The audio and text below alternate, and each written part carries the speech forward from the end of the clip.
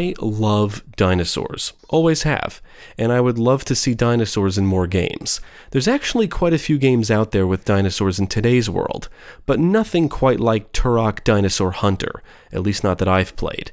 Turok is a first-person shooter based on a comic book series, and it released for the 64 and PC.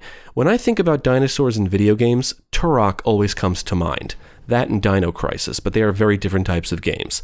Turok was actually one of the more popular games for the 64. It's a sci-fi shooter with dinosaurs, aliens, and even robots. In my opinion, those are the ingredients for something awesome. Developed by Iguana Entertainment and published by Acclaim Entertainment, Turok Dinosaur Hunter was released for Nintendo 64 and PC in 1997. A remastered version of the game by Nightdive Studios was released for PC in 2015, Xbox One in 2018, Switch in 2019, and PlayStation 4 in 2021. For this review, I played the PC version of the remaster. This review will contain some spoilers, so if you're sensitive to spoilers, now is the time to stop watching. You have been warned. Now let's take a look at Turok Dinosaur Hunter and see what it's all about.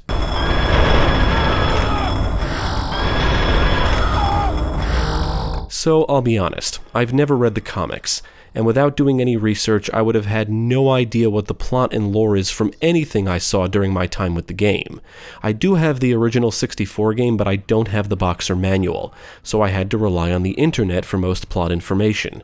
Now, you can easily determine the protagonist is Native American, and that there's going to be dinosaurs, just based on the title and what you see upon launching the game, but the story here is pretty minimal. As soon as you start playing, you're told to find the hub ruins and to use keys to open portals to different levels, and are then thrown into the gameplay. There's no NPCs to guide you, no expositions, no inner monologues, and nothing to really inform you of what's going on in the narrative. But the game is pretty straightforward. You go from level to level looking for keys to unlock new levels and blow away enemies and bosses along the way. What is the protagonist's backstory? I don't know. Why are the enemies trying to kill him? I don't know. What's their goals and motives? I don't know. But I do know there are raptors with plasma cannons and triceratopses with grenade launchers and miniguns, and that's awesome.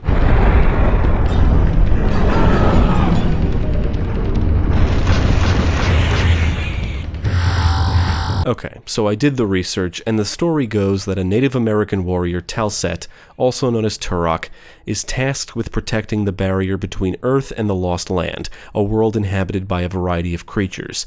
The campaigner, an evil warlord, seeks a powerful ancient weapon known as the Chronoscepter, which was broken into pieces to prevent it from falling into the wrong hands.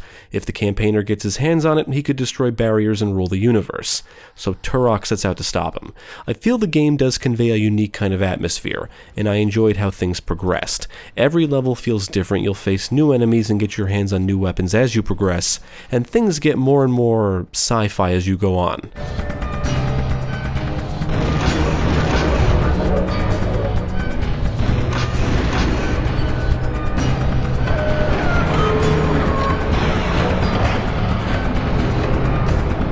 Turok is a 90s shooter, and the remaster certainly doesn't hide that fact, and it's got several hallmarks of shooters of the time: a varied arsenal of weapons, plenty of baddies to shoot, some platforming, key hunting, and secrets to find.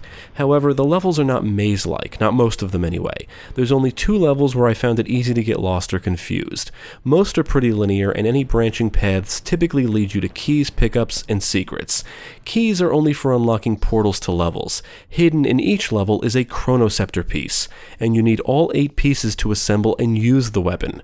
Unfortunately, you'll only get to use it in the final level, and once you enter the final level, you cannot visit any previous levels. It's one of my few gripes with the game. Unless you cheat, you need to find the first 7 Chronoscepter pieces before entering the final level.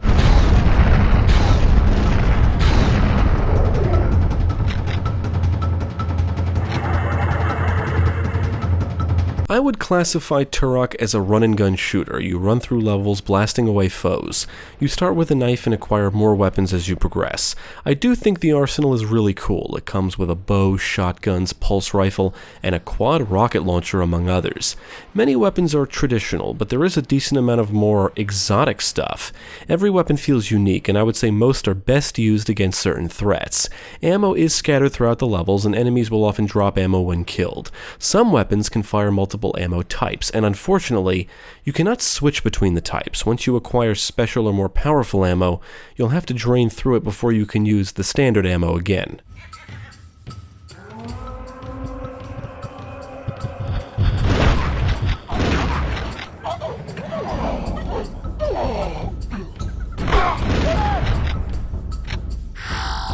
The first level doubles as the hub area, with portals to every other level in the game. With the exception of the final level, once you reach the end of a level, you enter a portal which takes you back to the hub area. Your goal is to navigate through the levels and find the keys and chronoceptor pieces. The levels themselves are actually pretty large, and all are populated with many enemies. There is a good variety, including humans, dinosaurs, cyborgs, aliens, and even robots. And foes will respawn over time. Secret areas are hidden about, and there's what I'm calling treasure littered all over, and collecting enough does increase your life count. Checkpoints and save points are frequent enough that dying never set me back too far, and I cannot say I died too often on the normal difficulty. Ammo and weapons can be found in the environments, and you'll often come across portals that take you to hazardous areas, filled with pickups like treasure, ammo, health, and armor.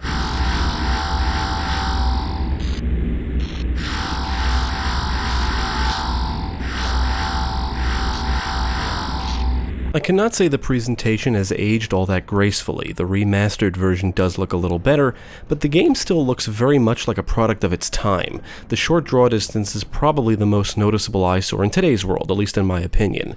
There is a good amount of environmental variety, and the levels showcase some neat details for the most part, but some areas definitely look a little bland. I found some of the enemy death animations to be dramatic and humorous, and watching blood gush out of foes is always awesome. Much of the game's unique atmosphere comes from the audio-visual presentation. In fact, the music plays a big role in that, with a solid soundtrack consisting of tunes that perfectly fit the theme of the game. On the technical side, I encountered no issues.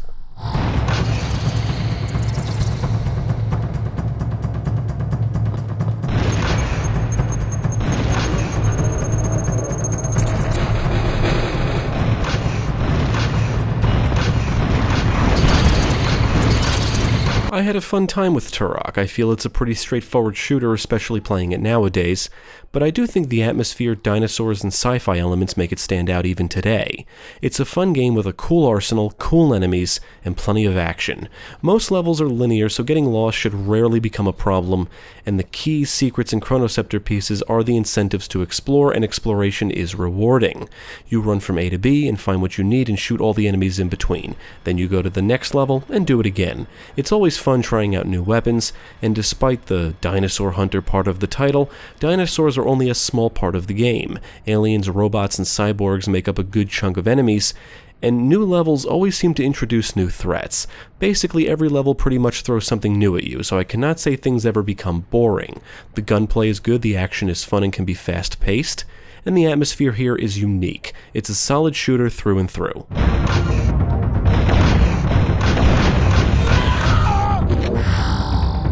I absolutely recommend Turok Dinosaur Hunter. If you like shooting shit, dinosaurs, and sci-fi, Turok sounds like the game for you. Playing it now, it may not offer too many things we have not seen before, but it was pretty great for its time and still holds up rather well. I also think the remaster is an excellent way to experience the game.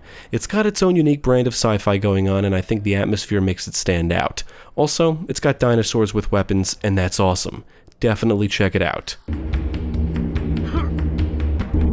Thank you for watching. If you enjoyed this video, check out the rest of our channel, follow us at the links below, and you can also support us on Patreon.